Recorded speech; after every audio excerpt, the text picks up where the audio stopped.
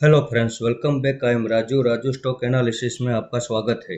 आज हम आपके सामने चार कंपनियों का एनालिसिस करने वाले हैं। इन चारों कंपनियों के फंडामेंटल अच्छे हैं, वैल्यूएशन सस्ते हैं, चार्ट में स्टेबिलिटी है और इन चारों कंपनियों में अभी अच्छी खासी गिरावट हो चुकी है। अब मार्केट में तो शनि रवि के दिन तो छुट्टी होती है, लेकिन हम इन छुट्टी के दिनों में भी एक्टिव रहते हैं। हमारा एनालिसिस करने का काम चालू ही रहता है, क्योंकि स्टॉक मार्केट में चारों तरफ अपॉर्चुनिटी की भरमार होती है और हम इस अपॉर्चुनिटी को मिस नहीं करना चाहेंगे।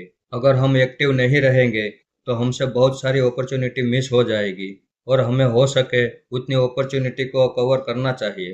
तो हम जितनी मेहनत करेंगे और जितना एक्टिव रहेंगे उतनी ही अपॉर्चुनिटी का फायदा उठा पाएंगे, क्योंकि हमारी नज़र में यह स्टॉक मार्केट एक समंदर है और समंदर के अंदर ही बहुत सारा खजाना होता है।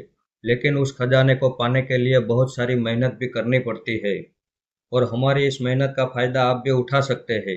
अब अगर आप हमारी इस मेहनत का फायदा उठाना चाहते हैं तो आप हमारी चैनल के साथ जुड़े रहिए और हमारी सभी वीडियो देखते रहिए। हमारी सभी वीडियो में आपको कुछ न कुछ सीखने को मिलता रहेगा। तो आइए एक एक करके इन चारों कंपनियों के फंडामेंटल और इनकी चार्ट पैटर्न देख लेते हैं। तो सबसे पहले हम शुरुआत करते हैं जिसका नाम है स्कैन स्टील्स लिमिटेड। अब इसके फंडामेंटल में शेयर होल्डिंग पैटर्न हम देखें तो पब्लिक के पास 49% जितनी होल्डिंग हमें यहाँ नजर आ रही है, लेकिन उसमें भी आप यहाँ पे देख सकते हैं 24% जितनी होल्डिंग तो इन बड़े इन्वेस्टर के पास है। तो पब्लिक के पास केवल 25% जितनी होल्डिंग है। डीआईएस के पास इसमें बिल्कुल होल्डिंग नहीं है। एफआईएस के पास 2% जितनी होल्डिंग है। बाकी की सारी होल्डिंग प्रमोटर के पास मौजूद है।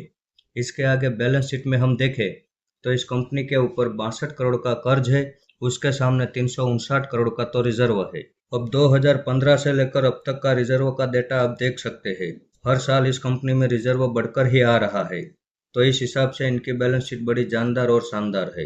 अब ये पॉइंट मैं क्यों कवर कर रहा हूँ, क्योंकि जिस कंपनी में हर साल रिजर्व बढ़कर ही आ रहा हो उसका मतलब ये है कि वो कंपनी काफ़ी प्रॉफिटेबल है, उनका बिजनेस काफ़ी शानदार है। तो ये डेटा देखना ज़रूरी है कि जिस कंपनी में हर साल रिजर्व बढ़कर आ रहा हो वो कंपनी आगे चल के अच्छा खासा परफॉर्मेंस कर सकती है। अब इसके आगे प्रॉफिट एंड लॉस सेगमेंट में हम देखें तो 2018 से पहले ये कंपनी लॉस किया करती थी, लेकिन 2018 के बाद ये कंपनी कंपलसरी प्रॉफिट कर रही है। अब मार्केट कैप में हम देखें तो एक छोटी सी कंपनी है, लेकिन इसका बिजनेस मॉडल काफ़ी अच्छा है। अब इसकी बुक वैल्यू आप देख सकते हैं, 71 रुपये की तो बुक वैल्यू है और अभी इसका प्राइस चल रहा है 34 रुपया। तो बुक वैल्यू से यह हमें काफ़ी नीचे के भाव में मिल रहा है। आइए इसकी चार्ट पैटर्न भी देख लेते हैं। अब 2015 से लेकर अब तक का चार्ट आपके सामने है। आप देख सकते हैं इसका चार्ट कितना पावरफुल है। पहली नज़र में ही इसका चार्ट आंखों में बस जाए ऐसा इसका चार्ट है। ये हायर हाई हायर लो की पैटर्न से ऊपर की ओर मूवमेंट कर रहा है, गिरावट करता है, बहुत बड़ी गिरावट करता है, लेकिन उतनी स्पीड से जल्दी से बाउंस बैक करके एक नया ऑल टाइम हाई भी ये बनाता है। फिर से गिरावट हुई, बड़ी गिरावट हुई, लेकिन उसी स्पीड से उसने नया ऑल टाइम हाई भी बनाया। उसके बाद देख लीजिए अभी भी ये हमें अच्छी खासी गिरावट पे ही मिल रहा है। तो कल सोमवार के दिन हम इसमें एक एंट्री लेने वाले हैं। इसमें हमारा दूसरा सपोर्ट 22 रुपये के पास रहेगा और तीसरा सपोर्ट 14 रुपये के पास रहेगा। ये यहाँ से जितनी भी गिरावट करता है इसके हर गिरावट में हम अपना इन्वेस्टमेंट बढ़ाने के लिए तैयार है।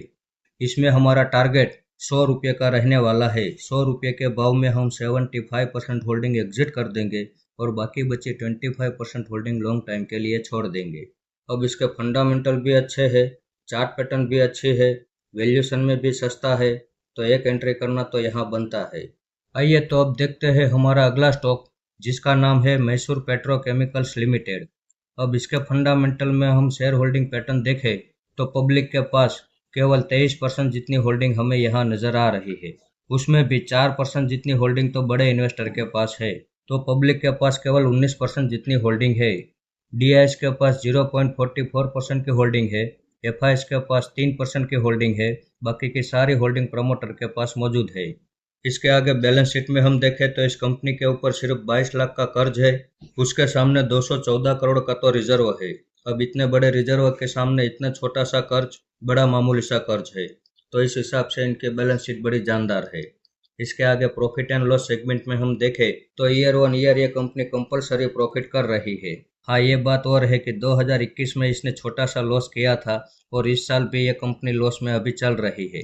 लेकिन ये साल पूरा होते होते शायद ये कंपनी प्रॉफिट में आ जाए। साथ में ये कंपनी हमें डिविडेंड भी दे रही है। अब इसकी बुक वैल्यू भी देख लीजिए, 335 रुपये की बुक वैल्यू है और अभी 121 के भाव में ट्रेड कर रहा है।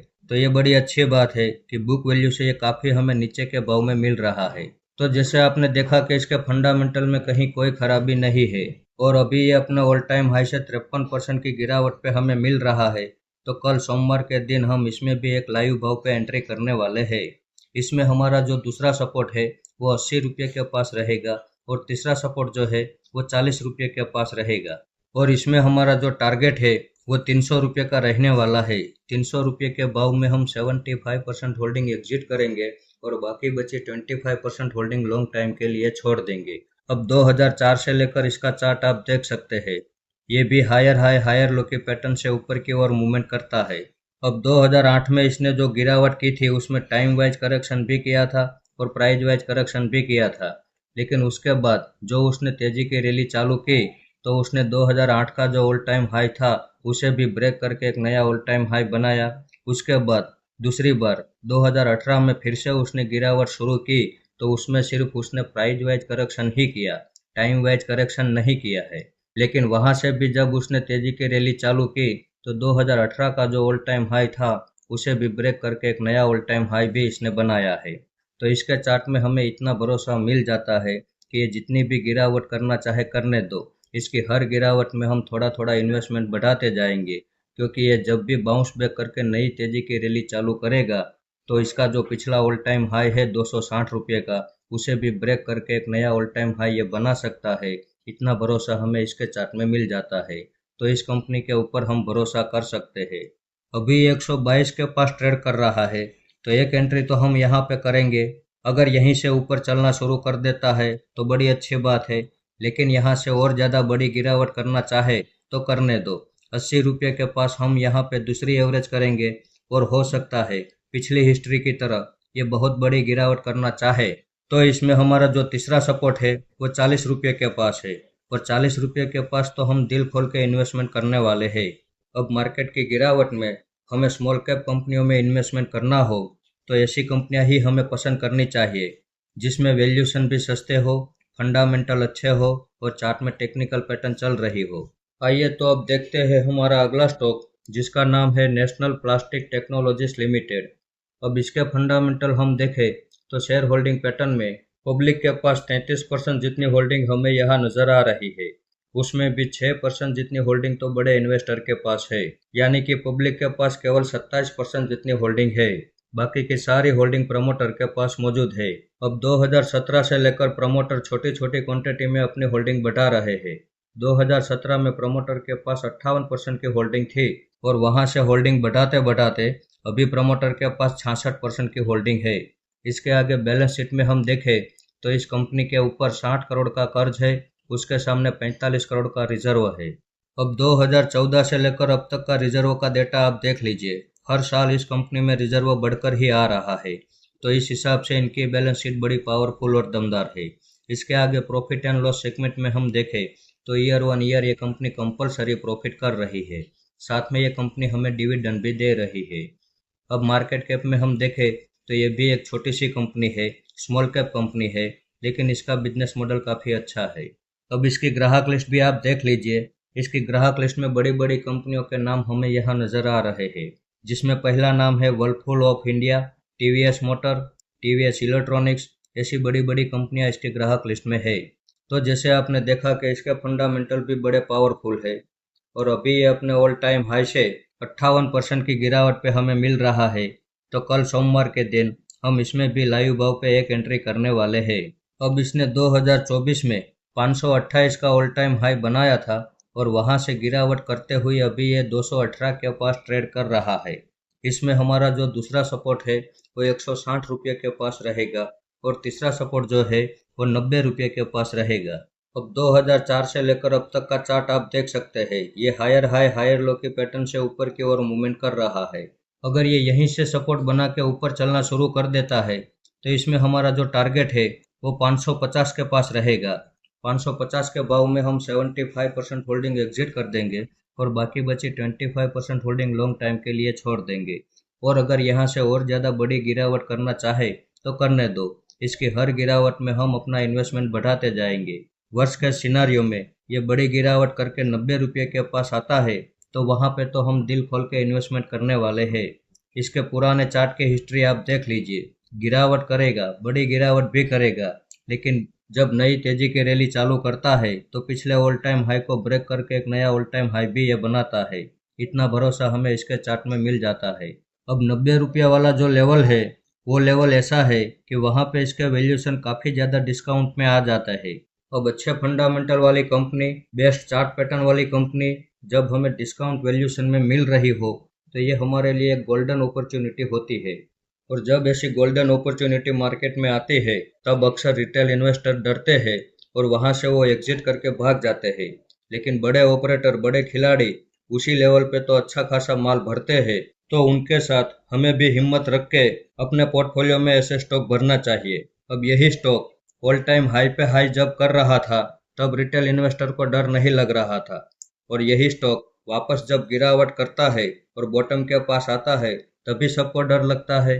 लेकिन हमें डर नहीं लगता है, क्योंकि स्टॉक चाहे कितनी भी गिरावट करे लेकिन उसके फंडामेंटल अच्छे हैं, वैल्यूएशन सस्ते हैं, तो वही स्टॉक आगे चल के बाउंस बैक करेगा और नया ऑल टाइम हाई भी बनाएगा।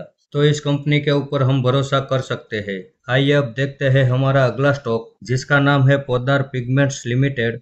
अब इसके फंडामेंटल में शेयर होल्डिंग पैटर्न हम देखें तो पब्लिक के पास 37% जितनी होल्डिंग हमें यहाँ नजर आ रही है।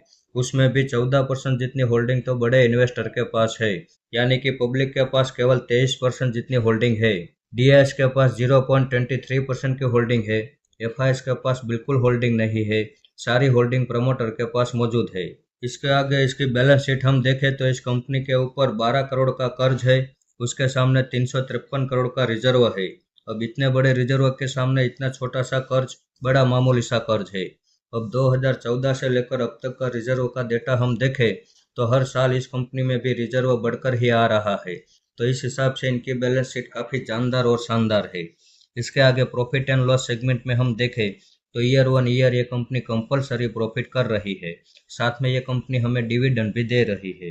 अब मार्केट कैप में हम देखें तो एक छोटी सी कंपनी है, लेकिन इसका बिजनेस मॉडल काफ़ी अच्छा है। अब इस कंपनी का बिजनेस भारत के साथ साथ अफ्रीका, इंडोनेशिया, थाईलैंड, ईरान, इन सब देशों में भी चल रहा है। तो जैसे आपने देखा कि इसका फंडामेंटल में कहीं कोई खराबी नहीं है, और अभी ये अपने ऑल टाइम हाई से हमें 42% की गिरावट पे मिल रहा है।